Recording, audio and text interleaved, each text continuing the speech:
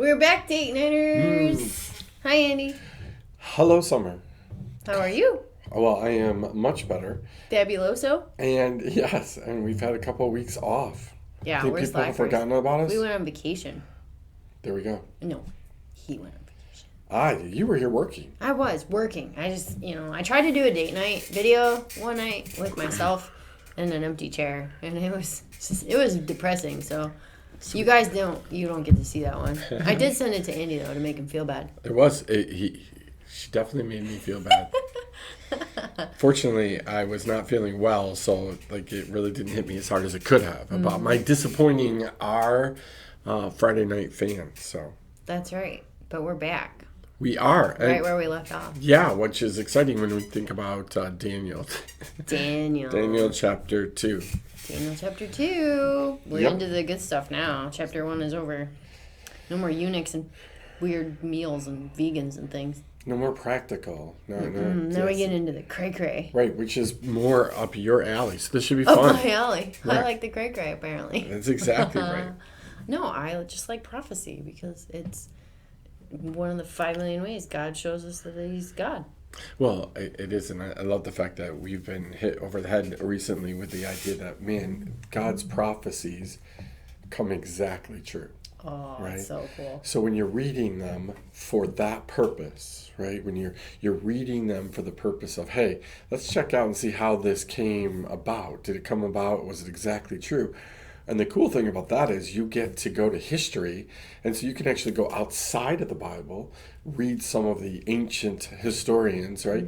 And go, holy cow, this guy isn't Jewish, he's not Christian in any way, shape, or form. Look at what he just wrote down. Yeah, it's really cool. It is cool. I think it's kind of crazy. It's like, I talk about it a lot in the Old Testament about, in the beginning with, the tabernacle and the laws and all that stuff, and it's like, there's so much detail. Yeah. Why is there so much detail? Yep. And in prophecy, it's even cooler, because you're just, because parts of Daniel, right, that happened, hundreds of years before they actually happened, and, the littlest details, even about how people just, thought. Yeah. Yeah. How do you... That's so cool. Well, and again, isn't it neat that God kind of paints himself into a corner to have to fulfill it? Oh, yeah. And so God could give... There are things that God gives that are pretty generic in nature. And then there's things that he gives details on, and you're like, man, you got to fulfill that now down to that hair. Yeah, right? this is not like your Super Bowl squares where it's did this city win the war? Did that city win the war? Yeah. It's no, I'm going to tell you what this person did, how this person felt, when they went here, when they went there. How they killed this person. It's whoa. Yeah, it's the difference between, saying, cool. hey, my favorite football team is going to win a game, and saying, hey, here's how the football game's going to go. Here's and the at score, the end of it, here's play. the scores, here's the final place, here's what they're dressed in, here's You're what all the details, and you're like, wow, holy cow, this person seemed to be at the game, right? And that's what God is. It's hey, somehow he knows all these details. Yeah, so I think prophecy is pretty cool. I think you're exactly and right. I think it's really cool because God warns us of things. He doesn't just do it to prove that he's God and to get glory, which is definitely high on his list, for sure. Yeah. But, he wants to warn us. He wants us to know what's going to happen. We've been reading in Isaiah and Jeremiah a lot lately, and, he tells people flee and get out. Yeah. If you watch our seed videos, guys, you'll hear about Jeremiah 6 and 5 and stuff. But he's saying, get out. I'm giving you time. I'm telling you, here's what's going to happen. And then you've got all these other prophecies, so you can see okay, well, he's right everywhere else. Right. Yep. So if he's telling me right now I should probably flee or get out, it's probably a good idea. That's exactly but right. I think all of it is, he just wants us to know. He wants us to know as much as we can without us ruining it ourselves, or as soon as we know, the enemy knows. So he also can't tell the enemy everything. Yeah, no, I think you're exactly right. And God knows exactly how much, where, when, how, why. He knows all of that stuff and how it plays in. But us humans, man.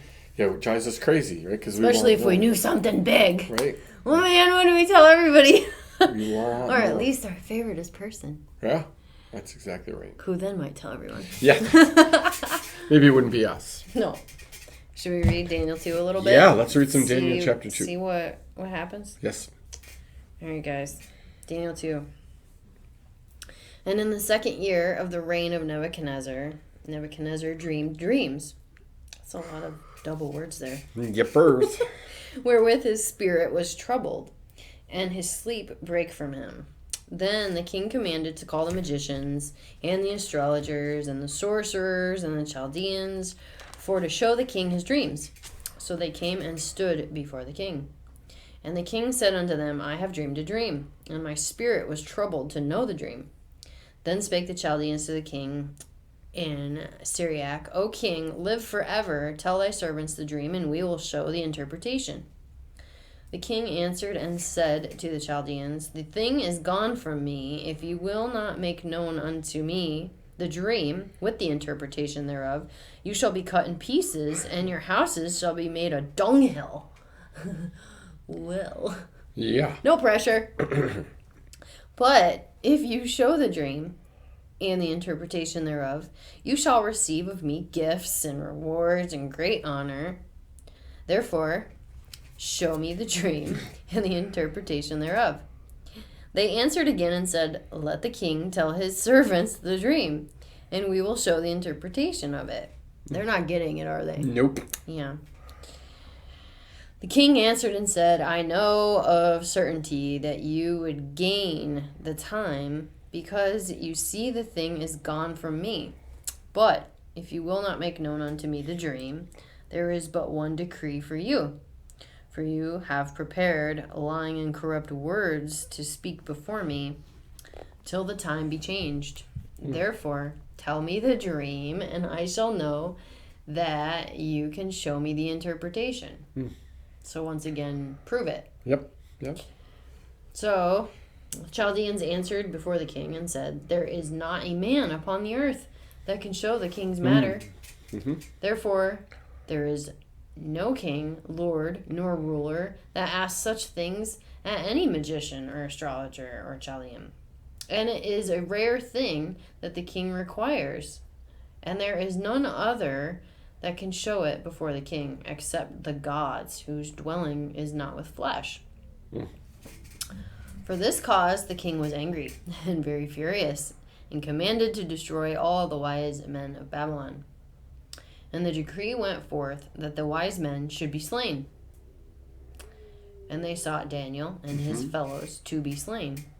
Then Daniel answered with counsel and wisdom to Arioch, the captain of the king's guard, which was gone forth to slay the wise men of Babylon. He answered and said to Arioch, the king's captain, why is the decree so hasty from the king? Then Arioch made the thing known to Daniel. Then Daniel went in and desired of the king that he would give him time, and that he would show the king the interpretation. Then Daniel went to his house and made the thing known to Hananiah, Mishael, and Azariah, his companions, that they would desire mercies of the God of heaven concerning this secret, that Daniel and his fellows should not perish with the rest of the wise men of Babylon. Then was the secret revealed unto Daniel in a night vision. Then Daniel blessed the God of heaven. Daniel answered and said, blessed be the name of God forever and ever, for wisdom and might are his. And he changed the times and the seasons. He removed kings and setteth up kings. He gives wisdom unto the wise, and knowledge to them that know understanding. He revealeth the deep and secret things. He knoweth what is in the darkness, and the light dwelleth with him. Do you want me to keep going? No, I should have had to stop probably 20 verses I was going to say, just yell. No, it's a good story, though. You can't, cut it. No, in the middle. And you're praying for insight, right? Like when you're listening to you read and just praying that God would reveal what, there's just so much stuff in here, right? For the practical guy, there's there's a ton of stuff for the people who love prophecy. You're going to get and love visions and dreams, and you're going to get all of that, right? But there's this intrigue, and there's this mystery, and there's this kind of like, hey, people are going to die, right? And you get this bantering between the king and the really smart people, right? And so you can really great soap opera. Yeah, and you ought to be able to. You ought to be able to look at this story and find yourself in it. Oh, for sure. Right? There's some place tonight where everybody who just heard what you read, somebody is looking at this and going, all right, I see where I am, right? I'm the one that's had the dream, and I really want it answered. And I've gone to my pastor and my elders and my deacons and my friends and my family, and I've told them all this stuff, right?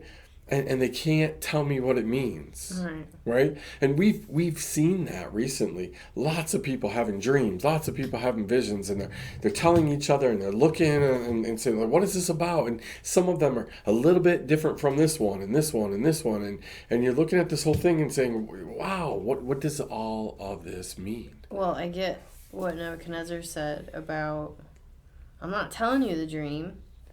Because you prepare lying and corrupt words to speak. That is true. How many times does that happen where you do have a God dream, and you go to people and you're like, here's my dream in great detail. I want you to like, could you tell me what it means? Yeah. And instead of just saying like, I don't know, I don't have the interpretation of your dream, people are like, well, you know, maybe it's this, and this, and this, and it's like, did they even pray before they said that? Like, what? So, like, I get that frustration of, like, no, I'm not telling you. You tell me. If you know the answer, then you'll know the dream. Well, and I think, again, they're the New Testament tells us there are going to be people who have dreams, right? And then they're going to be the interpretation of dreams. There's going to be the interpretation of tongues. There's going to be interpretation of things, right? So, it's part of God's economy, right, where He works us together. But part of that is because, again, it's the whole purpose of this, right, is for, oh my gosh, I'm going to get stuck on this whole thing, right? Whole video, so get stuck. If you look at verse 11, right, it says, the thing that the king asks is difficult, and no one can show it to the king except the gods whose dwelling is now the flesh.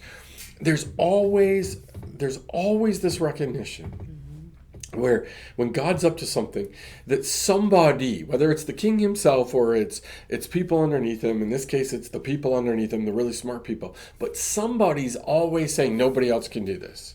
Nobody can do this. Nobody can give you this. Nobody can. That's how this guy ends up saying multiple times, like, your God is the one true God. That's right. Why? Because God keeps putting him in these positions where he knows, and they know, like, no God does this. Right? Again, the king here is asking for the impossible. Give me the details of my dream and the interpretation. Right. That's a hard sell. What am I thinking? What was I thinking?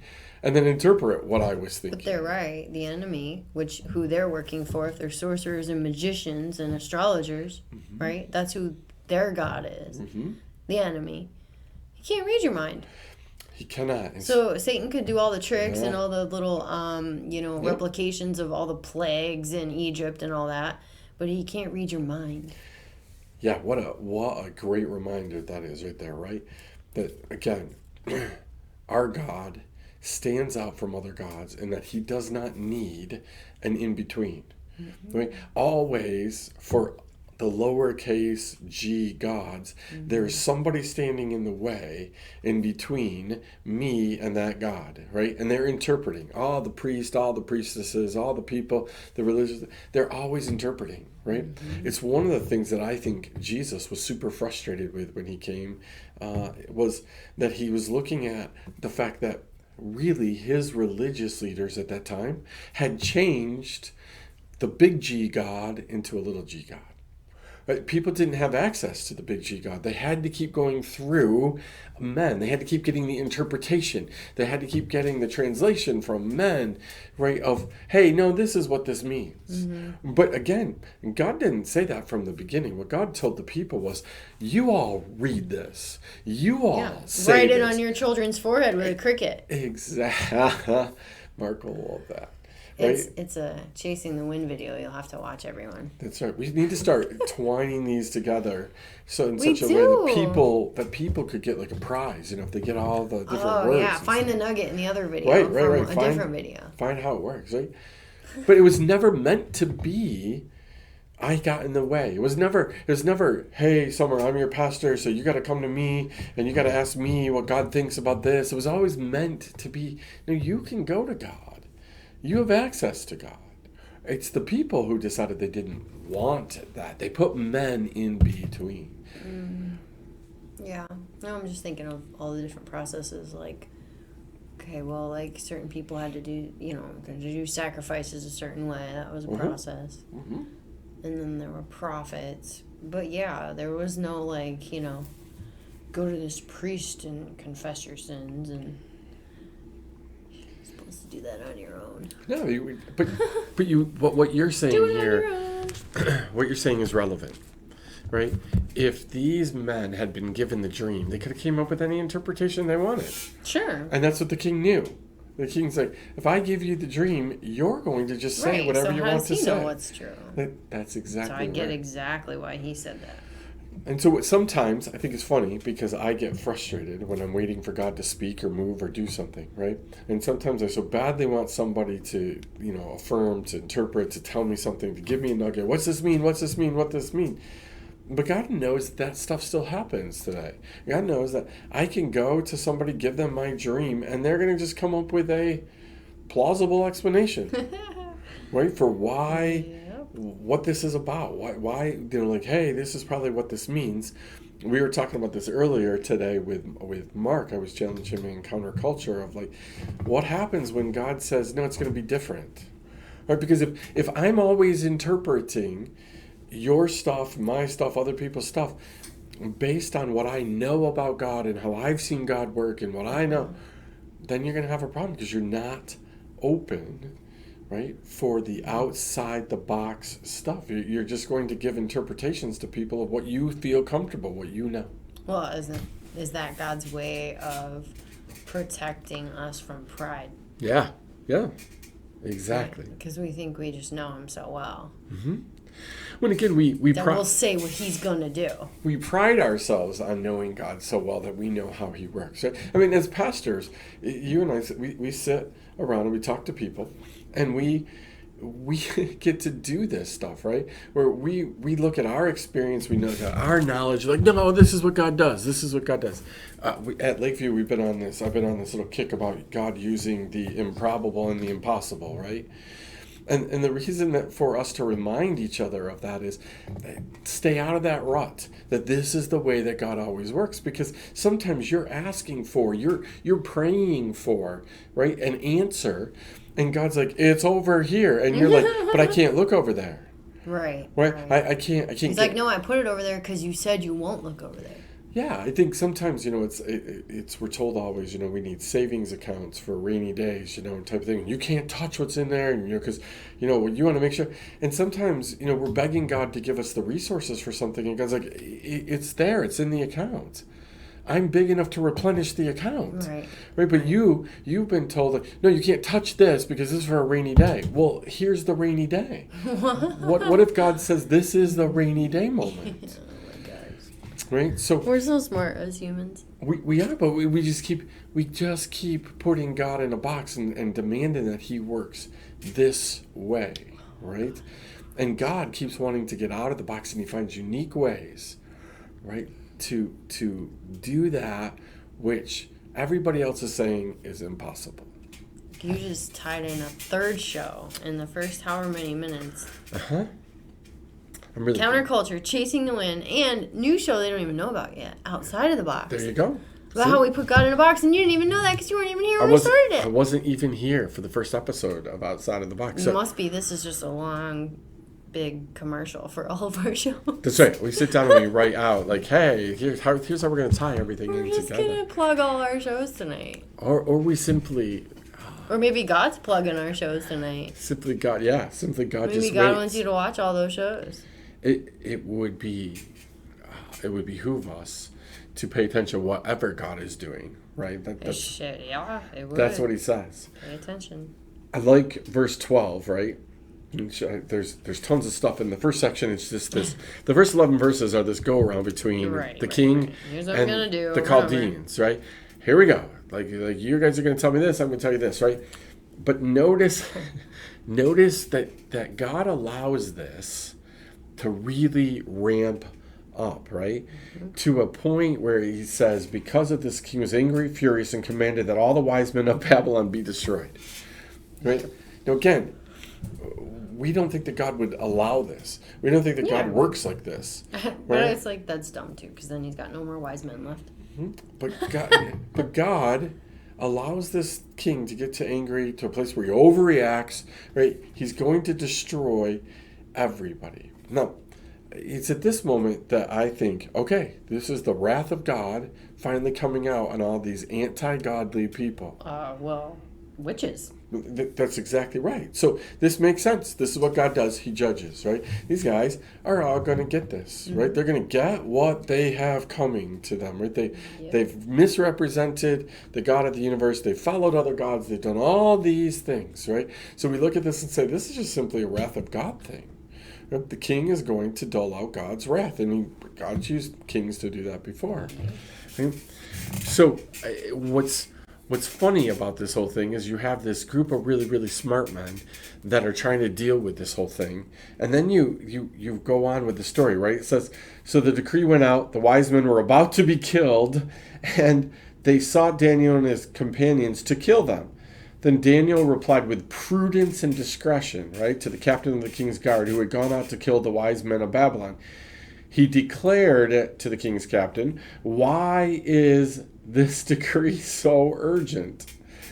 And then Arioch made the matter known to Daniel. Daniel went in and requested the king to appoint him a time that he might show the interpretation of the king. What a great series of events here, right? Mm-hmm. This captain of the guard going out, going to start, getting everybody together so he can kill them all, right? And he gets to Daniel, and I love the question. Why is this so urgent? What makes this so important right now? And we know the answer. The answer was the king was mad. The king was angry. Right. The king was frustrated. And so what happened? It became this, I'm not willing to wait, right?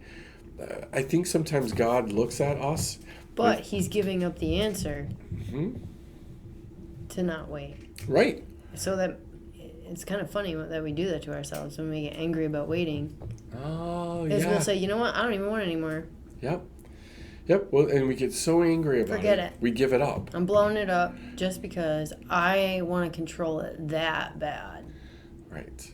And because we're unwilling to wait. At least then I know the outcome and when it's happening. That's right. Then we either try to make something happen like this king did, or, we blow it all up and say, you know what, I don't want the answer anymore. I'm going to give up the dream, right, to get to end my frustration and anger. But how often does God say to you and I, why are you so urgent? What is there about this that you can't wait until tomorrow? Well, I have an answer. Great, can't wait. My clock is ticking. His isn't. God is timeless. Right? I am not. Well, I will be someday. But right now, this version, not. So that's why I'm like, that's why I don't want to wait, God. Because if I had unlimited time, it wouldn't really matter, would it? Wouldn't matter. Right. But I don't have unlimited time. I have right now. So tomorrow, okay. Yeah, if I have to. Isn't it funny that I don't want to? God takes pleasure in, you said it earlier, in different processes, right? God takes as much pleasure in the process of obedience as in the process of us enjoying what he's given us. So to God, making us wait for something, he takes great joy in us walking that process out well. Right? Like, look at have you considered my servant Job, right? We look at that because we think it's just, like, oh, what a great Job had everything and all this stuff, right? But I'm guessing there was a process of Job to get everything. He didn't just get 10 kids, right? He didn't just get all the camels. He didn't get all of the things, right? God didn't, hand him a package when he was 21 and said, here's all the things, right? He had to probably earn. He had to go through the process, right? But seemingly God was just as willing to have Job go through the process of obedience to him and figuring this all out, right? That he was of having all the stuff. On the front side of Job, stuff. On the back side of Job, stuff. In the middle, a whole time frame of waiting patiently on the Lord. Yeah, he was real patient. 45 chapters of whining. He's a little more patient than Nebuchadnezzar, who was like, all right, you're all dead. Right? Yeah. Notice. Well, he had friends whining with him. So. He did. Nebuchadnezzar is just like a tyrant. This is true, right?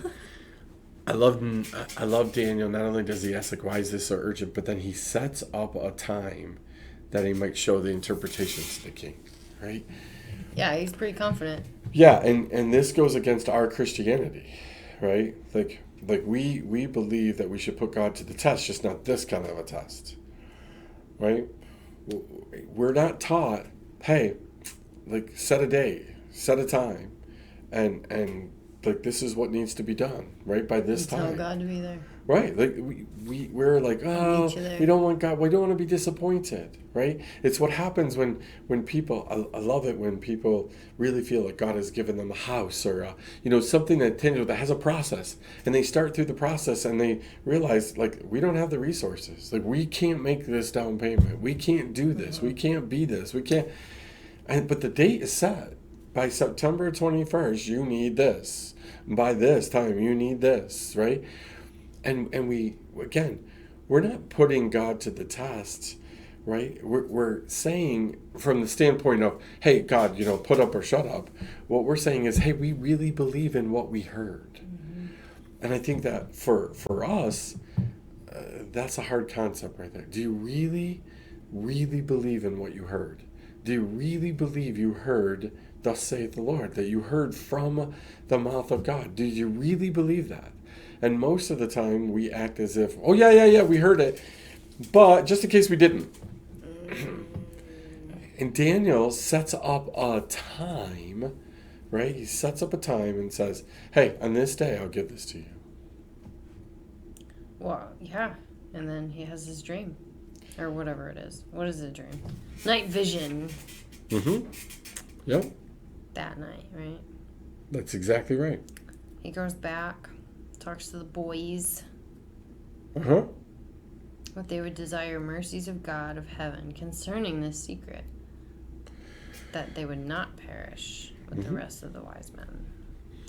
Then the secret was revealed. Right. So, but notice the process. What's the process? Daniel goes back, right? Went to his house and he made matters known to his group of friends. Mm-hmm. They'd already done business with the Lord. They'd already seen God do amazing things. So he went back to them and he shared with them to do what? Seek mercy from God. Right? I love the way that's phrased, because what it does is it says we don't deserve anything here. Right? We don't deserve to be spared here, but we're going to seek God for our mercy. Yeah. Right?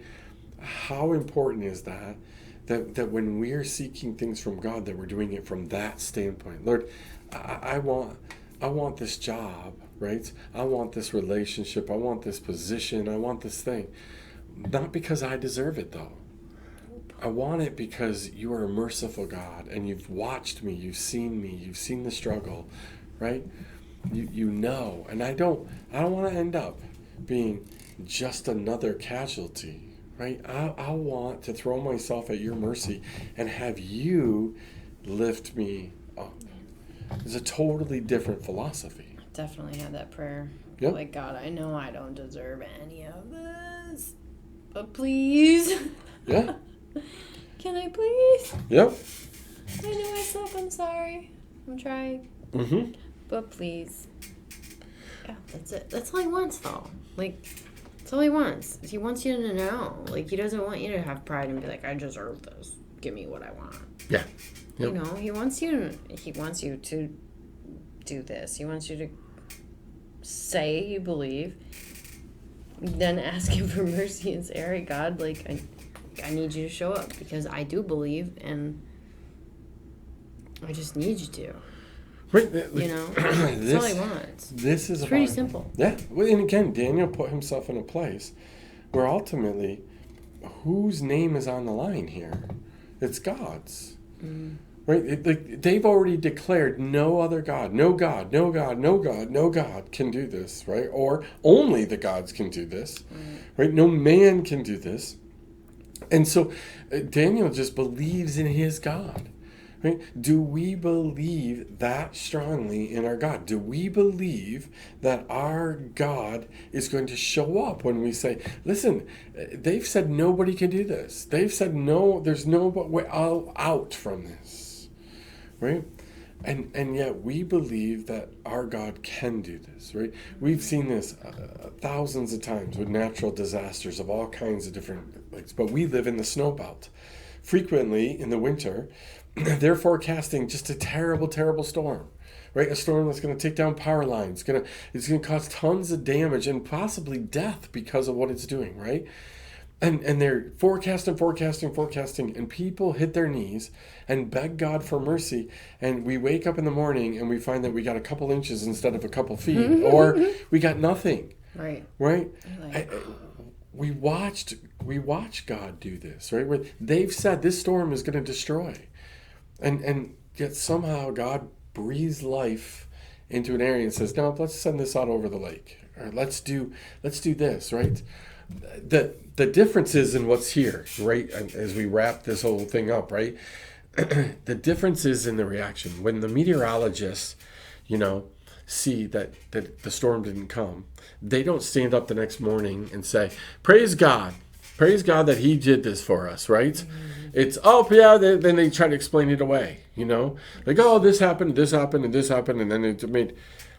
Daniel's response is, blessed be the name of God forever and ever, to whom wisdom and might, right, belong wisdom and might. He changes times and seasons. He moves kings and sets up kings. He gives wisdom to the wise, knowledge to those who have understanding. He reveals deep and hidden things.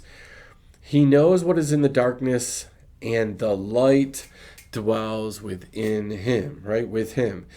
To you, O God of my fathers, I give thanks and praise, for you have given me wisdom and might. You have now made known to me what we asked, and for you have made known to us the king's matter. What a great response, right? What a fantastically wonderful, incredible response of Daniel to recognize who his God is. So he didn't forget God. He didn't forget God. It's kind of important. He didn't say, hey, thanks for saving my bacon. Now I'll go take it from here. Daniel didn't eat bacon. This is true. This is very true. He didn't say, thanks for saving my skin, right? I'll take it from here, right? He immediately recognized who gave him all of this stuff. Right? The question for our Friday night with Jesus people, right, is are you recognizing when Jesus shows up and does something? Mm-hmm. And are you giving him this kind of credit, right? He reveals the deep and hidden things. Do you know how many people right now in their life are looking for deep and hidden things? Yeah, everybody I know. Right. We're looking for God to reveal the deep and hidden things, right? Mm-hmm. And Daniel says God does that, right? Throughout all of Daniel, we see him constantly going to God, reveal this, reveal this, reveal this. But God also knew that Daniel would respond this way, right? Like Yeah. I think that's funny because that matches back when I asked God, give me direction, tell me exactly what you want me to focus on, and I'll do it. He knew I would do it. Yeah, exactly. He knew I would do it. even though I didn't know the answer. So it was like, okay, well, I'll tell you if you're going to do it. Yeah, exactly. You know, like, otherwise, is he going to humor you? He might not, you know? He might not play the game with you and give you all this information if he knows you're just messing around. Well, I mean, it goes back to that question of, if we were told today the world was going to end tomorrow, how would it change today? Half of the people that call themselves Christians would go out and enjoy the last day and a half. Right, for themselves. They would get their family together. It would be all about them. Half of them, right, would be all about, like, oh, hey, the world's ending tomorrow. We probably better become a Christian, and we probably better do Christian things. Right? But not everybody would be motivated to go to their neighbors. Not everybody would be motivated to go out in the streets and be like, hey, the world's going to end tomorrow. You probably repent. Right. You probably need to repent. Right, so again, well, God is, I think you're right. I think sometimes God's up in heaven going, like, if I told you it wouldn't matter how this is all going to happen, right? You either A, wouldn't believe me, B, you wouldn't want to do it. You wouldn't want to go through it. Right? How many of us, if we knew that the secret to us for what God has for us is some awful catastrophic thing in our life, how many of us are going to sign up for that? Because we've been taught God doesn't allow those things to happen, so we would avoid them. Right? It's true. Daniel says, listen, God, he reveals the hidden things. But like you just said, he reveals the hidden stuff to people who are going to be wise and understanding, and are going to use it, right, to not for their own good, but for the good of God, right, for what God has planned. Yeah. Sounds to me like it's a good place to end. We read a lot. You did. I let you read. Well, it looked like I was falling asleep. 22 verses. Yeah, that's the most I've done ever. In your whole life. Probably in my whole life. Could very well be. How long did it take you to read the whole Bible? Well, I was only talking to myself, so it was easy. It's when you have to talk to other people. Wait, have you completed it yet? At 50? Many times I have read the entire Bible, and it's funny. It's so different when you're reading with somebody else. Yeah. Because you're what sticks out to them. We should do different. That. We should start from the beginning. Yeah. And read it together, and like mark it on the calendar and see how long it takes. I bet it would take a long time. What was that? You think we'll get it done before the rapture? So we were watching a video about Daniel, right? The other day, and the guy said something about like 11 years. Like they're teaching through the whole Bible, and he's like 11 years ago. And like, that's the cycle. 11 it takes years 11 cycle. years to get through, to get back to the same book. Yeah. Same chapter. That's craziness. So it would take me far less than that. Probably not. I think we spent a year and a half in Romans. No, because when he's doing it, they're not interacting. That's true. He's just teaching. He's like you, but yeah. When there's interaction, it takes even longer. So it'd probably be like 22 years. Wow. For us. Wow. Well, there you go. Something to look forward to. You can close it out. Then I'll be old. It's true. I'll be in a wheelchair. Oh my God. You will not. All right, date nighters, Friday nighters, whatever you want to call yourselves. Well, it's going to get even better next week, because then we're going to get the actual interpretation. So Don't cheat. Don't jump ahead. If you want to read something else in your Bible, I give you full permission, but read something else. Don't cheat. Right. No, it's awesome. It's really cool. And you're going to see all the things that God does. And it'll be great. So thanks for hanging with us again. We hope that you have a great Friday night with Jesus, and whoever you are with, if you're with anyone. And if it's just you and Jesus, even better. And we are glad to be back. We missed you guys, and we can't wait to keep plugging through Daniel here and see how we can put you to sleep later on with a possible history lesson. We don't know. We'll see. So maybe in the meantime, buy some commentary books or history books on Daniel, because you might need them. There you go. So We love you guys. Have a great night. We will see you next Friday.